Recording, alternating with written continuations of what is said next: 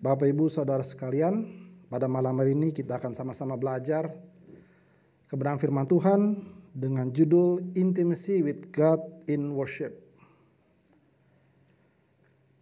Saya berikan teks bahasa Indonesianya, intim atau dekat dengan Allah dalam menyembah.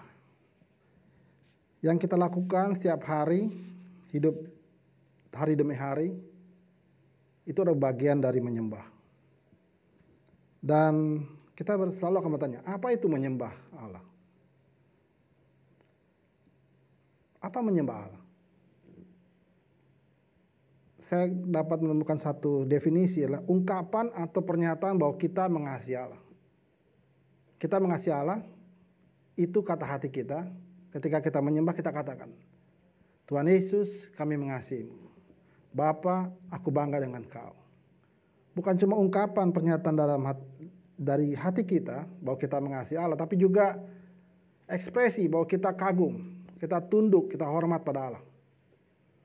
Karena itu ketika kita menyembah, bisa berdiri, bisa duduk, bisa berlutut, bisa mengangkat tangan, bisa bernyanyi. Dan kalau di bait Allah waktu itu, imam-imam ketika dia menyembah Allah, saking kudusnya hadirat Allah hadir, mereka apa? Bisa sampai tiarap. Itu adalah ekspresi kita, bahwa kita kagum, kita tunduk, kita hormat pada Allah. Kenapa? Dia hadir. Allah kita adalah Allah yang hadir, maha hadir dimanapun. Problemnya adalah kita sadar nggak dia hadir atau tidak. Pemazmur Daud berkata begini, di Mazmur 18 ayat 1-2. Dari hamba Tuhan yakni Daud, yang menyampaikan perkataan nyanyian ini kepada Tuhan pada waktu Tuhan telah melepaskan dia. Lepaskan dari Saul, ya, kejaran Saul. Ia berkata, aku mengasihi Engkau ya Tuhan, kekuatanku. Kalau kita belajar menyembah, kita akan selalu belajar dari kehidupan Daud. Bagaimana dalam kehidupannya dia senantiasa menyembah Tuhan, dan hasilnya apa? Hampir 70 Mazmur dia tulis di kitab Mazmur. Dari situ kita lihat bagaimana dia menyembah. Hari ini kita lihat bahwa menyembah adalah ungkapan kita mengasihi Allah. Ekspresi kita bahwa kita kagum atas karya Allah. Dia menciptakan kita, dia membentuk kita, dia memimpin kita, menghibur kita. Itu adalah bagian dari kita menyembah Allah. Timbul pertanyaan, mengapa kita menyembah Allah? Karena yang pertama, kita diciptakan untuk memuliakan menyembah Allah. Jadi dari awal kita diciptakan, Tuhan ingin kita memuliakan Allah. Kita diciptakan untuk memuliakan Allah. Kita lihat di Yesaya 43 ayat 6-7. Bawalah anakku laki-laki dari jauh dan anak-anakku perempuan dari ujung bumi. Perhatikan yang hijau. Semua orang yang disebutkan dengan namaku, yang kuciptakan untuk kemuliaanku, yang kubentuk dan yang juga kujadikan. Kuciptakan untuk kemuliaanku. Kita diciptakan apa? Untuk memuliakan Tuhan. Jadi kalau dalam kehidupan kita, bukan cuma kita menyembah Tuhan apa di gereja ketika dalam ibadah doa seperti ini. Seluruh kehidupan kita adalah menyembah Tuhan. Artinya apa? Tuhan yang dimuliakan. Jangan sampai perkataan kita, tindak tanduk kita itu membuat orang apa? Menjadi batu sandungan. Enggak. Makanya dikatakan bahwa gini. Kalau kita diciptakan kita punya apa? Kita punya telinga. Kita bisa bernyanyi kenapa? Karena kita dengar dulu lagunya, kemudian kita bernyanyi, bersuara. Bahkan kalau ada beberapa lagu yang kita bergerak, itu part dari menyembah, bagian dari menyembah. Yang pertama kita belajar adalah mengapa kita menyembah adalah kita diciptakan untuk memuliakan dan menyembah Allah. Jadi tidak ada yang tidak bisa menyembah Allah. Semua bisa. Kenapa kita diciptakan? Tuhan tidak melihat apa? Suaranya, falas atau tidak. Bahkan orang yang tidak punya suara pun bisa menyembah Allah. Kenapa? Itu dari hatinya, ekspresinya. Kita lihat yang kedua. Mengapa kita menyembah Allah? Kita menyembah Allah yang telah menebus dan menyelamatkan kita. 1 Petrus 2:9 berkata begini, kamulah bangsa yang terpilih, imamat yang rajani, bangsa yang kudus, umat Allah sendiri, supaya kamu memberitakan perbuatan-perbuatan yang besar dari Dia yang telah memanggil kamu keluar dari kegelapan kepada terang yang ajaib. Perhatikan ini. memberitakan perbuatan-perbuatan yang besar. Itu apa? Itu pernyataan kita ketika kita menyembah. Kenapa? Karena dia memanggil kita, tadinya kita hidup dalam kegelapan, sekarang kita tinggal dalam terangnya. Dulunya kita di dalam dunia, Tuhan Yesus tebus kita. Dan kita bisa layak bersama dia di surga. Itu alasan mengapa kita menyembah. Kenapa? Karena kita ditebus dengan darah yang mahal. Kita lihat yang ketiga, mengapa kita menyembah Tuhan? Saya mau nanya, apakah kita selamanya hidup di sini, di dunia ini? Tidak. Alkitab bilang 50, 60, 70 tahun paling di sini. Selebihnya di mana? Kalau kita percaya dan menjadikan Tuhan Yesus juru selamat kita akan ada di surga. Di surga apa? Pekerjaan kita. Menyembah Allah. Karena itu, alasan mengapa kita menyembah Allah adalah kita mempersiapkan diri kita untuk kegiatan penyembahan di surga yang kekal nanti. Jangan sampai nanti ketika di surga celingak-celinguk.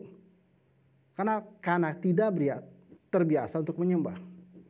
Wahyu 5:13 berkata gini, semua makhluk yang di surga dan yang di bumi dan yang di bawah bumi dan di laut dan semua yang ada di dalamnya berkata, bagi dia yang duduk di atas tahta, bagi anak domba adalah pujian dan hormat dan kemuliaan dan kuasa sampai selama-lamanya. Ini perkataan penyembahan, menyembah Allah di surga. Jadi ketika kita menyembah itu merupakan apa? Kita latihan untuk hidup kekekalan. Ketika kita menyembah, latihan. Terus timbul pertanyaan, bagaimana kita menyembah Allah? Saya kasih 3 saja, karena banyak. Pertama adalah pengakuan dosa kesalahan kita kepada Allah yang kudus dan benar. Kita masih hidup dalam dosa dalam dunia ini, kemungkinan jatuh dalam dosa banyak. Apalagi kita tidak tinggal dalam komunitas, kita nggak punya teman-teman seiman yang mengingatkan kita supaya kita hidup kudus, kita bisa jatuh dalam dosa. Tapi ketika kita datang menyembah Tuhan, akui, Tuhan saya telah jatuh dalam dosa. Saya tidak mau berbuat ini lagi, saya bertobat. Tuhan pulihkan saya. Tuhan ampuni, ampuni. Yang kedua, ucapan syukur kepada Allah atas apa yang telah dilakukannya. Kalau kita hidup dari pagi sampai malam, tidur lagi, banyak yang bisa kita ucapkan syukur. Bangun pagi saja, itu udah suatu pemberian Tuhan. Karena beberapa waktu lalu, saya mendengar dari istri saya, ada orang yang malam tidur, paginya apa? Nggak bangun. Pindah ke UGD, buat apa? Buat diperiksa. Periksa apa? Bahwa dia benar-benar mati. Jadi kalau kita bangun pagi, masih bisa napas, itu ucapan syukur. Kita bisa bekerja, berusaha sepanjang hari, dengan segala kesibukan kita. Mungkin jalan begitu ramai, kita naik kendaraan motor atau apa. Tidak tertabrak, ucapan syukur. Bekerja, dapat untung, ucapan syukur. Itu adalah bagian menyembah. Kenapa? Itu semua memang kita dapat dari orang lain. Dari klien kita, dari pelanggan kita, dari konsumen kita, dari pimpinan kita dapat mungkin bonus atau apa. Tapi apa? Tuhan pakai mereka untuk memberkati kita. Makanya kita ucap syukur pada Allah, sumber dari kehidupan kita. Yang ketiga, kita menyembah Allah dengan cara pujian Allah atas keberadaannya dalam kehidupannya. Keberadaannya dalam kehidupan kita. Artinya apa? Dia selalu ada dengan kita. Problemnya adalah begini, sadar nggak bahwa Allah ada bersama kita? Ingat, Allah itu maha hadir. Seringkali kita nggak menyadari bahwa dia ada. Dengan cara apa kita nggak sadar? Dengan mudah kita jatuh dalam dosa. Padahal dia ingat, dia lihat kita. Karena itu kita nyanyikan pujian. Allah itu baik, Allah itu setia. Walaupun kadang-kadang kita nggak setia. Allah itu berkuasa. Walaupun tengah kita begitu banyak masalah, dia berkuasa. Kalau ada semua pintu tutup, pasti Tuhan bukakan. Kenapa? Allah yang memberi kita jalan keluar. Semua pujian kembali kepada Tuhan. Kita udah lihat tadi 3 poin. Apa menyembah Allah? Itu ungkapan, pernyataan, ekspresi hati kita.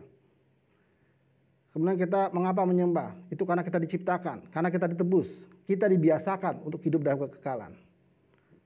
Bagaimana kita menyembah? Kita dikasih tahu pengakuan dosa kita, ucapan syukur kita, pujian kita. Kalau Bapak Ibu Saudara sekarang memperhatikan 3 hal ini, perhatikan yang hijau saja, yang hijau. Yang di hijau sini. Lihat, itu semua apa? Satu arah kepada Tuhan. Satu arah. Dari kita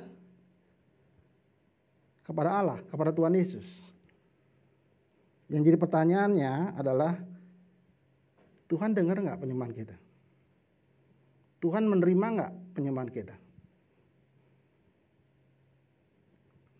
Saya mau memberikan satu dasar.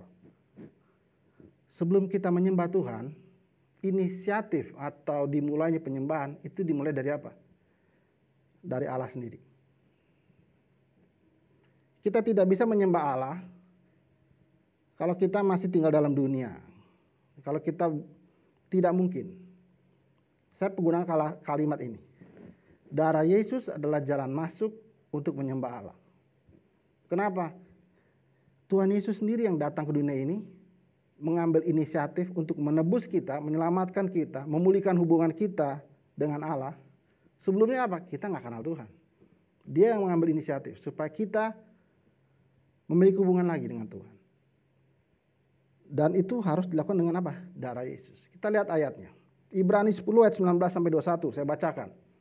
Jadi saudara-saudara, kita sekarang dengan penuh keberanian dapat masuk ke dalam tempat kudus oleh darah Yesus. Karena Yesus telah membuka jalan yang baru, yang hidup bagi kita melalui tirai, yaitu dirinya sendiri. Dan kita mempunyai seorang imam agung sebagai kepala rumah Allah. Kalau kita lihat bagaimana penyembahan di perjanjian lama, semua harus lewat apa? Harus lewat imam, ada perantaranya. Bahkan kalau masuk, kalau cuma jemaat biasa apa? Cuma di pelataran. Bahkan pelayan orang Lewi pun nggak bisa sampai ruang Maha Kudus. Tapi ketika Tuhan Yesus mati di kayu salib, darahnya tercurah. Apa yang terjadi? Tirai bait Allah terbelah. Itu merupakan apa? Tanda bahwa sekarang kita orang percaya, orang telah tebus dapat dengan langsung bertemu muka dengan Tuhan, bertatapan muka dengan Tuhan. Kenapa? Darah Yesus. Darah Yesus yang menjadi jalan masuk sehingga kita bisa bertatap muka. Tadi dikatakan 1 Petrus 2:9, kita adalah imamat rajani. Di zaman Daud aja, ketika Daud mau ketemu Allah, melalui perantaran imam. Ada Imam Abiatar waktu itu. Kalau kita sekarang tidak, langsung datang. Kapan? Harus di gereja? Tidak. Harus dalam satu persekutuan? Tidak. Di rumah bisa. Ketika dalam perjalanan bisa. Ketika di kendaraan umum duduk, kenapa macet? Kita bisa bertemu dengan Allah. Menyembah Allah. Kenapa? Itu semua keluar dari hati kita. Saya mau kasih satu sedikit bahwa aspek penyembahan itu sebenarnya adalah keseluruhan ibadah. Aspek dalam penyembahan itu sebenarnya keseluruhan ibadah. Kenapa? Saya kasih lihat ini. 1, komunikasi kepada Allah dalam doa, pujian, dan penyembahan. Itu apa? Satu arah ke Tuhan. Kemudian ada yang kedua, komunikasi dari Allah dalam pengajaran pemberitaan firman kepada kita. Tentu yang ketiga ada komunikasi kepada Allah dalam bentuk persembahan. Jadi jangan anggap Bapak Ibu ketika kita masuk dalam ruang persekutuan, ruang ibadah, apapun itu ibadah yang kita lakukan. Semua itu adalah rangkaian penyembahan. Dari kita masuk, dari kita menyanyikan pujian penyembahan, kita mendengarkan firman Tuhan, sampai kita memberikan persembahan lewat kantong atau lewat online, lewat segala macam perangkat, itu semua adalah rangkaian penyembahan, rangkaian ibadah kepada Tuhan. Kalau lihat di sini kita lihat apa? Ini ada interaksi. Artinya apa? Dua arah. Kita menyembah, Tuhan menyampaikan isi hatinya lewat firman Tuhan, atau melawat nubuatan atau pernyataan dari tengah jemaat yang menguatkan. Dan biasanya orang datang dengan apa? Tidak dengan tangan hampa. Ada persembahan. Ada bentuk ucapan syukur. Kita lihat tema kita. Intimacy with God in worship. Intim atau dekat dengan Allah dalam penyembahan. Kalau intim dekat artinya apa? Itu ada sesuatu hubungan yang boleh dikata dua arah. Kalau satu arah itu apa? Monolog. Kayak orang nonton di TV, bicara itu monolog. Sedang kalau kita menyembah itu sebenarnya dua arah. Ketika kita menyembah Tuhan, mengatakan Tuhan baik, Tuhan kudus, Tuhan dahsyat. Kita bersyukur untuk kebaikannya, penyertaannya, bimbingannya. Tuhan dengar. Tuhan rindu juga menyampaikan isi hatinya. Problemnya kita cuma satu arah setelah kita menyembah. Pas saat firman Tuhan atau tidak punya waktu untuk baca Alkitab, Tuhan bingung, saya mau ngomong tapi kok kamu gak mau dengar. Bagaimana kita bisa intim dekat Tuhan kalau kita cuma satu arah? Saya menemukan satu definisi intim dekat Allah seperti ini. Apa itu intim atau dekat dengan Allah? Mengungkapkan isi hati kita yang terdalam kepada Allah. Itu satu arah. Tapi yang intinya lagi nih, ditandai dengan hubungan yang erat, kehadiran, sentuhan. Kata intim dan dekat ini kadang-kadang susah digunakan, susah dijelaskan. Tapi kalau Bapak Ibu Saudara sekalian yang sudah menikah beberapa tahun atau yang baru menikah atau yang sedang berpacaran, pasti ngerti kata intim dan dekat. Mau dijelaskan seperti apa? Lihat 3 kata ini. Hubungan, kehadiran, dan sentuhan. Itu artinya intim dan dekat. Kalau kita mau belajar tentang intim dan dekat dengan Allah, mau nggak mau kita harus belajar ke Raja Daud. Kenapa? Dia udah membuktikannya dengan apa? Mazmur, 70 Mazmur yang dia tulis. Itu memperlihatkan bagaimana dia punya hubungan yang dekat dengan Tuhan, bahwa dia bisa rasakan Allah hadir dalam kehidupan dia. Walaupun dia sempat jatuh dalam dosa, silap ya karena terlalu menikmati kenyamanannya, tapi dia bisa tahu Allah hadir. Dia bisa menyentuh hati Allah. Kita lihat ini. Hati yang berkenan atau dekat pada Allah, itu kita lihat di Daud. Kisah Rasul berkata begini. Kisah Rasul 13 ayat 22 berkata begini. Allah mengangkat Daud menjadi raja mereka. Tentang Daud Allah bersaksi. Aku telah mendapat Daud anak Isai, seorang yang berkenan di hatiku dan yang melakukan segala kehendakku. Makanya orang sering bilang Daud adalah orang yang berkenan di hati Allah. God's own heart. Kok bisa seperti itu? Karena Daud memiliki 3 hal. 3 hal ini yang membuat dia boleh dikata hidupnya dekat dengan Allah. Yang pertama, keterbukaan. Mungkin Bapak Ibu pernah dengar ceritanya ketika bait Allah dibawa masuk, tabut Allah dibawa masuk ke dalam Yerusalem setelah tinggal beberapa saat di rumah Obed-Edom. Ayat ini muncul. 2 Samuel 6 ayat 20. Ini adalah perkataan Michal. Keluarlah Michal binti Saul mendapatkan Daud, katanya. Ini istrinya ya. Betapa raja orang Israel yang menelanjangi dirinya pada hari ini di depan mata budak-budak perempuan para hambanya. Merasa dirinya terhormat pada hari ini. Seperti orang hina dengan tidak malu-malu menelanjangi dirinya. Kalimat ini sebenarnya mau kasih lihat begini.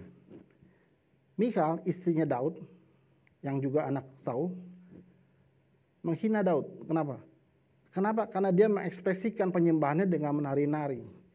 Meninggalkan jubah kebesaran rajanya, dia menari-nari ketika tabut Allah dibawa masuk. Istilahnya apa? Mempermalukan diri. Jadi kelihatan lah istilahnya, kalau orang kan raja kan apa istilahnya? Jaga wibawa. Daud nggak peduli. Mahkotanya ditinggalkan, jubahnya, kalau perlu sepatunya ditinggal, pokoknya dia ikut nari, ikut menyembah. Di sini mau kasih lihat apa? Daud terbuka pada Allah. Nggak ada yang tutup-tutupi. Ayat ini mendukung. Mazmur 142 ayat 3. Aku Daud mencurahkan keluhan ke hadapannya. Kesesakanku kuberitahukan kepadanya. Kalau kita mau memiliki hubungan yang intim dekat dengan Allah dalam penyembahan, masukkan dalam penyembahan kita adalah kata-kata yang istilahnya apa? Terbuka. Apapun isi hati kita sampaikan. Bukan, saya mau sampaikan begini, bukannya kalau kita lihat bangsa Israel, waktu dia selama 40 tahun, mereka apa? Mereka berkeluh kesah. Tapi keluh kesahnya apa? Karena mereka tidak percaya Allah. Tapi kalau lihat kita tokoh-tokoh Alkitab, ada yang berkeluh kesah kepada Allah, tapi Allah terima. Karena keluh kesahnya itu apa? Dia menyatakan bahwa Tuhan, saya nggak sanggup. Saya punya masalah ini. Dibukakan semuanya. Dia nggak malu-malu istilahnya, ini loh hidup saya. Dibukakan semuanya. Justru ketika kita terbuka, kita jujur kepada Tuhan kondisi kita, Tuhan pulihkan kita. Makanya ada power statement. Keterbukaan adalah awal dari pemulihan. Itu yang Daud mulai, itu yang Daud lakukan. Jadi kalau kita mau punya hubungan erat, kita harus terbuka. Begitu juga dalam hubungan suami istri atau pacaran, kan kita nggak mungkin simpan rahasia kan. Suami nggak mungkin menyimpan rahasia dari istrinya, istrinya juga nggak mungkin menyembunyikan rahasia dari suaminya, nggak mungkin. Terbuka semuanya. Maaf sedikit saya sampaikan, dalam hubungan suami istri, itu namanya sebutnya hubungan intim, hubungan dekat. Itu apa? Terbuka semuanya, tidak tahu, tidak malu-malu. Itu yang harus kita terjadi kita dalam Tuhan. Kita nggak perlu malu menyampaikan semua keluh kesah kita, kelemahan kita. Apa adanya itu kita sampaikan kepada Tuhan. Itu adalah cara kita membangun hubungan intim dekat dengan Tuhan. Kita lihat yang kedua, kerinduan. Orang yang ingin membangun hubungan lebih intim, lebih erat, dia apa? Nggak cuma seminggu sekali, bisa selalu. Itu yang dibilang kerinduan. Mazmur 6:3-2 berkata begini, ingin benar aku, Daud, masuk ke dalam tempatmu yang kudus, untuk melihat kekuatan dan kemuliaanmu. Ini diambil dari firman Allah yang hidup. Ingin benar aku masuk, artinya apa? Ada penuh kerinduan. Kalau Bapak Ibu, saudara-saudara yang istilahnya yang baru jatuh cinta, pasti apa? Pengennya apa? Pengennya telepon, bicara terus. Ungkapkan apa istilahnya kata-kata, bahkan kirim hadiah. Kenapa? Ada rindu untuk selalu bicara. Nah, ketika kita mau memiliki kehidupan menyembah yang intim dan dekat, kita harus punya kerinduan. Nggak cuma kalau ada acara saja, ada persekutuan aja kita menyembah Tuhan. Kita bisa menyembah Tuhan setiap hari di dalam saat teduh kita. Ingat, menyembah Tuhan itu nggak selalu harus pakai lagu. Itu ungkapan kata-kata kita, ungkapan hati kita, pernyataan dari kita, itu cukup untuk menyembah Tuhan. Tuhan ngerti isi hati kita. Yang penting adalah rindu. Rindu untuk bertemu Tuhan, rindu untuk curhat pada Tuhan. Yang ketiga, kalau kita mau dekat adalah adanya continue atau senantiasa. Kita lihat ayatnya, Mazmur 16 ayat 8 berkata begini, aku Daud senantiasa memandang kepada Tuhan. Karena ia berdiri di sebelah kananku, aku tidak goyah. Senantiasa memandang pada Tuhan. Dia ingin selalu memiliki hubungan dengan Tuhan. Makanya dia bilang, senantiasalah, tetaplah berdoa. Terus bertanya, bagaimana kita berdoa kalau kita lagi jalan, nyetir? Ingat, doa itu adalah apa? Pernyataan kita pada Tuhan, komunikasi pada Tuhan. Begitu juga dengan penyembahan. Kita menyetir pun kita bisa menyembah Tuhan, mengatakan Tuhan baik, Tuhan mulia, Tuhan kudus. Apalagi kalau kita lagi nyetir, misalnya Bapak Ibu Saudara sedang mengendarai mobil pribadi ke arah itu tol Jakarta sampai Surabaya. Kalau jalan malam nggak ada apa-apa, tapi kalau jalan siang, saudara bisa menyembah Tuhan. Bagaimana Tuhan ciptakan begitu indah negeri kita ini. Itu senantiasa bisa. Jadi nggak harus tutup mata untuk menyembah Tuhan. Mazmur 119 ayat 97 berkata begini, betapa kuncintai Tauratmu, aku Daud merenungkannya sepanjang hari. Merenungkannya. Bagaimana kita bisa merenungkan firman Tuhan setiap hari kalau kita nggak pernah baca firman Tuhan? Buletin kita yang dibagikan secara online ataupun yang kita dapat secara cetak, itu tiap hari ada firman Tuhan, ada renungan. Kalau kita baca pagi hari, otomatis kita harusnya apa? Bisa ingat siang apa yang dikatakan, kita dikuatkan. Kalau kita baca malam hari, besoknya diingatkan lagi. Daud seperti itu. Dia mencintai Taurat Tuhan dan merenungkannya. Ketika kita menyembah Tuhan, kita juga bisa mengucapkan kata-kata firman Tuhan yang kita dapat. Mazmur ini semua firman Tuhan. Katakan, Tuhan baik, Engkau ada di kananku, aku tidak goyah karena Engkau beserta aku. Itu semua adalah bagian dari firman Tuhan yang kita renungkan dan kita ucapkan. Dari sini saya rindu Bapak Ibu Saudara belajar bahwa ketika kita menyembah Tuhan, bukan cuma kata-kata pada Tuhan. Menyembah dimulai oleh Tuhan sendiri. Dengan datang ke dunia, mati buat kita sehingga hubungan manusia dan Allah dipulihkan. Darah Yesus yang membuat kita bisa menyembah Tuhan. Dan ketika kita menyembah Tuhan, supaya kita lebih erat, lakukan 3 hal ini. Hati yang terbuka untuk Tuhan pulihkan. Segala hal yang kita lakukan, kita buka pada Tuhan. Tidak ada yang kita tutupi. Kenapa? Dia Allah kita, dia tahu segalanya. Dan dia akan pulihkan ketika kita terbuka, kita mengaku dosa kita. Itu pun dilakukan dengan kerinduan. Nggak cuma perlu aja. Seringkali kita ketemu Tuhan, menyembah Tuhan apa? Perlu saja. Kenapa? Karena ada dorongan apa? Orang lain suruh menyembah. Song leader suruh menyembah, ikut menyembah. Padahal sebenarnya kita harus apa? Dengan inisiatif, ada kerinduan. Kenapa? Karena dia penolong kita. Dia menyertai kita. Tadi kita belajar, menyembah adalah mengungkapkan isi hati kita yang mengasihi Allah. Orang mengasihi apa? Dia selalu punya rindu untuk ketemu. Kalau suami istri sudah tidak mengasihi, dia nggak pengen ketemu. Makanya banyak suami istri yang pecah, kenapa? Dia nggak rindu, dia mengasihi, dipisah. Bukti dari kasih adalah rindu untuk selalu bertemu, untuk bercakap-cakap. Begitu juga dengan kita dengan Tuhan, kita mengasihi Tuhan, maka kita rindu untuk mengatakan isi hati kita. Secara apa? Kontinu. Sepanjang hari. Tidak perlu kita harus tutup mata untuk menyembah Tuhan. Kita bisa mendengar kata-kata pendek dari firman Tuhan yang kita baca. Itu membuat kita makin dekat. Firman Tuhan tidak saya perpanjang, saya undang song leader, singer, pemain musik untuk maju ke depan. Saya rindu kita sama-sama menyanyikan Erat Dengan Hatimu. Karena kita sama-sama tahu, kita ada sampai saat ini karena Engkau. Yesus membuat kita menjadi sahabat, orang yang dekat, orang erat. Mari kita belajar sama-sama menyembah. Betapa ajaib dan dahsyatnya Tuhan kejadianku.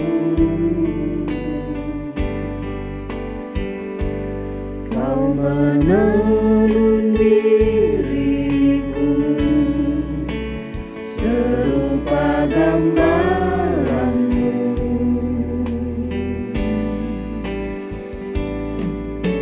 Sungguh berharga di matamu Tuhan kehidupanku. Kau membawa hatiku mendekat erat dengan hatimu. Ku mengangkat wajahku memandang keindahanmu Yesus. Syukur bagi kesetiaanmu di sepanjang hidupku. Dan ku angkat tanganku ke tata kasih dan karuniamu. Tak sekalipun kau tinggalkanku, Yesus sahabatku. Bapa, kita sudah sama-sama belajar bahwa kami bisa menyembah-Mu karena terlebih dahulu Tuhan Yesus mengorbankan dirinya buat kami. Darah Yesus membuat kami mampu untuk menyembah-Mu.